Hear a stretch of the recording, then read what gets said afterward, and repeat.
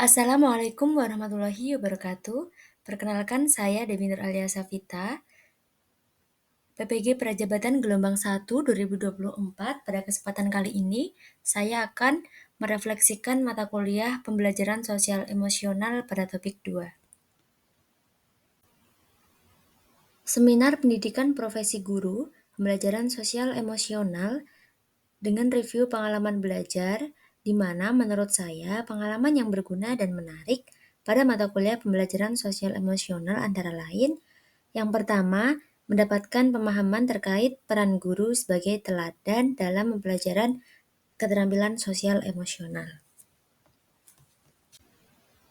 Kemudian selanjutnya, menguasai dan menerapkan konsep kompetensi sosial emosional menurut Kasel pada diri sendiri dan murid. Mampu merencanakan tujuan pengembangan kompetensi sosial emosional diri sendiri dan siswa dengan memahami perbedaan individu. Kemudian, mampu bekerja sebagai seorang guru yang menunjukkan kompetensi sosial emosional. Pengalaman belajar apa yang berguna tetapi kurang menarik? Menurut saya pribadi, selama menempuh mata kuliah pembelajaran sosial emosional hingga akhir, semua pengalaman belajar pada mata kuliah ini sangat berguna dan menarik, karena subbab yang telah dibahas pada mata kuliah ini terkait bagaimana pengimplementasian keterampilan sosial emosional dalam pembelajaran untuk memberikan pembelajaran yang bermakna. Pengalaman belajar apa yang menarik tapi kurang berguna? Menurut saya tidak ada, karena semua proses pembelajaran yang saya ikuti selama menempuh mata kuliah ini, mata kuliah pembelajaran sosial emosional, dari awal hingga akhir sangat berguna untuk saya sebagai seorang calon guru profesional. Kemudian, pengalaman belajar apa yang tidak menarik dan tidak berguna dalam konteks sebagai seorang calon guru, menurut saya juga tidak ada, karena dalam mata kuliah ini memiliki pokok bahasan yang saling berkesinambungan pada setiap topiknya, dan juga dibahas secara menyeluruh, bahkan sebagian besar tugas-tugasnya memberikan pemahaman yang bermakna, yang juga diimplementasikan dalam TPL. Kemudian selanjutnya refleksi pengalaman belajar. Yang pertama, apa yang telah terjadi pada mata kuliah pembelajaran sosial emosional ini. Dalam merefleksikan pengalaman belajar, saya memilih topik 2 yang membahas peran guru sebagai teladan dalam pembelajaran keterampilan sosial emosional. Beberapa hal yang telah terjadi selama saya mengikuti mata kuliah ini, khususnya pada topik 2 sebagai berikut. Saya mendapatkan kesempatan untuk memperdalam pengetahuan singkat terkait menguasai dan menerapkan konsep kompetensi sosial emosional menurut Kasel pada diri sendiri dan murid. Kemudian, belajar merencanakan tujuan pengembangan kompetensi sosial emosional diri sendiri dan siswa dengan memahami perbedaan individu. Kemudian, belajar menjadi guru yang menunjukkan kompetensi sosial emosional. Pada sub mulai diri, mahasiswa mengisi kuis singkat yang disediakan oleh LMS. Kemudian selanjutnya pada sub eksplorasi konsep, mahasiswa diminta untuk mempelajari materi EMC2. Fungsi pembelajaran EMC2 secara umum adalah untuk mengembangkan keterampilan sosial dan emosional siswa, meningkatkan kesejahteraan dan juga membentuk karakter yang positif sehingga mereka dapat mencapai kesuksesan dalam bidang akademis dan pribadi. Pada sub ruang kolaborasi, mahasiswa diminta untuk berkolaborasi dan berdiskusi dengan rekan. Bisa dilakukan daring atau luring sesuai dengan kondisi dan kebutuhan. Pada tahap ini, mahasiswa mendiskusikan tentang peran guru dalam menerapkan pembelajaran sosial emosional. Mahasiswa juga menonton beberapa film yang telah disediakan LMS sebagai bahan diskusi. Kemudian pada sub demonstrasi kontekstual, masing-masing perwakilan kelompok mempresentasikan hasil diskusi kelompoknya. Tujuannya ini adalah bagaimana mahasiswa dapat saling memberikan tanggapan terkait hasil diskusi di ruang kolaborasi. Pada tahap elaborasi pemahaman, mahasiswa diharapkan menguasai dan menerapkan konsep kompetensi sosial emosional menurut Kasel pada diri sendiri dan murid, dan mampu memetakan kompetensi sosial emosional peserta didik dengan mempertimbangkan latar belakang. Pada tahap elaborasi pemahaman, mahasiswa diharapkan menguasai dan menerapkan konsep kompetensi sosial emosional menurut Kasel pada diri sendiri dan murid, dan mampu memetakan kompetensi sosial emosional peserta didik dengan mempertimbangkan latar belakang, kebutuhan, dan tahap perkembangan peserta didik. Pada sub ini, mahasiswa menuliskan beberapa pertanyaan mengenai konsep yang masih mahasiswa belum pahami. Pertanyaan ini akan didiskusikan dengan rekan dan dosen. Kemudian pada tahap koneksi antar materi, mahasiswa menuliskan kaitan sel dengan mata pelajaran lain yang akan diajarkan dan juga dampak dari sel. Pada sub ini, mahasiswa dibebaskan menuliskan dalam bentuk poster, fotografis, atau video pendek.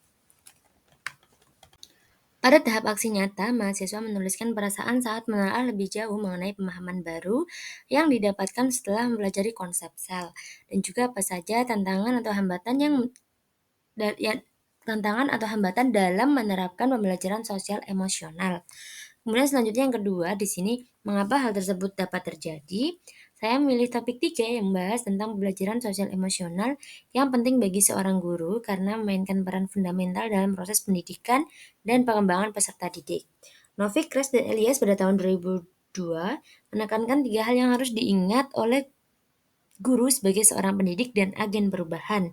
Yang pertama, kepedulian dalam hubungan atau caring relationship antara peserta didik dengan guru, mentor, atau instruktur adalah dasar dari pembelajaran yang efektif. Hubungan yang baik akan memberikan peserta didik kepercayaan diri untuk mengeksplorasi, bertanya, mengembangkan pendapat, dan mengekspresikan diri. Kedua, emosi sangat mempengaruhi suasana belajar dan bagaimana diterima oleh peserta didik. Selanjutnya, lingkungan kelas yang menyenangkan dan kondusif memungkinkan peserta didik menikmati proses belajar mereka. Terakhir, tujuan yang jelas dan pemecahan masalah yang terjadi di kelas membantu mengarahkan individu, baik guru maupun peserta didik, serta memberikan motivasi untuk belajar. Dengan memahami tujuan pembelajaran dan aktivitas yang dilakukan, guru dapat lebih menikmati proses mengajar, dan peserta didik akan lebih bermotivasi karena mengetahui manfaat dan tujuan dari aktivitas tersebut. Kemudian, pada tahap analisis artefak pembelajaran, pertama, artefak-artefak pembelajaran mana yang dapat saya jadikan bukti dukung hasil refleksi pengalaman belajar. Berikut ini artefak pembelajaran yang dapat saya jadikan bukti dukung hasil refleksi pengalaman belajar saya, yaitu pada sub topik mulai diri, eksplorasi konsep, demonstrasi kontekstual, dan koneksi antar materi. Berikut artefak eksplorasi konsep. Berikut artefak ruang kolaborasi saya. Dan kemudian di sini koneksi antar materi. Mengapa artefak ini yang saya pilih? Saya memilih artefak-artefak ini tentu memiliki alasan secara spesifik karena memberikan saya pengalaman yang berharga dan menarik dalam pelajari pembelajaran sosial emosional. Selain itu, artefak-artefak ini juga memberikan saya kesempatan untuk mengenal lebih jauh tentang pembelajaran sosial emosional. Kemudian bagian mana dari artefak ini yang mendukung hasil refleksi saya? Bagian artefak yang mendukung hasil refleksi saya adalah pada bagian eksplorasi konsep, ruang kolaborasi, dan koneksi antar materi. Pada ketiga subtopik tersebut menunjukkan bahwa mahasiswa telah memahami terkait topik 2. Hal ini dapat dilihat dari artefak eksplorasi konsep yang memberikan mahasiswa menjawab beberapa soal mengenai EMC 2. Guru memahami dan menerapkan EMC 2 dapat menciptakan lingkungan belajar yang mendukung, membantu siswa dalam mengelola emosi, meningkatkan interaksi sosial yang positif, dan juga membentuk karakter siswa yang holistik.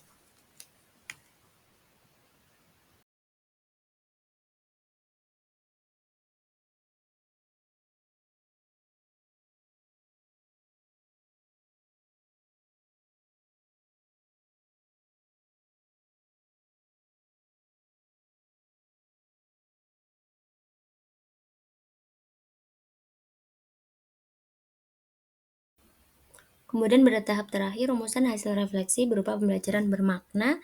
Apabila saya mengajar atau membahas topik ini dengan mempertimbangkan prinsip pembelajaran bermakna yang berpusat kepada siswa, perubahan apa yang akan saya lakukan? Saya akan mengintegrasikan prinsip pembelajaran bermakna yang berpusat pada siswa dalam pembelajaran sosial emosional, yang mana memerlukan beberapa perubahan. Yang pertama, materi harus dikontekstualisasikan dengan menghubungkan konsep sel dengan pengalaman siswa melalui studi kasus dan skenario yang relevan. Kemudian merancang kegiatan kolaboratif yang mendorong interaksi sosial dan refleksi bersama. Fokus yang mana juga perlu diberikan pada pengembangan keterampilan interpersonal seperti kerja tim dan komunikasi efektif seperti presentasi di kelas, serta pembelajaran yang dipersonalisasi dengan menyesuaikan metode sesuai kebutuhan peserta didik. Sekian presentasi saya pada mata kuliah pembelajaran sosial emosional pada topik 2 ini. Mohon maaf apabila ada typo ataupun kesalahan. Silakan yang ingin bertanya untuk di kolom komentar. Sekian dari saya. Wassalamualaikum warahmatullahi wabarakatuh.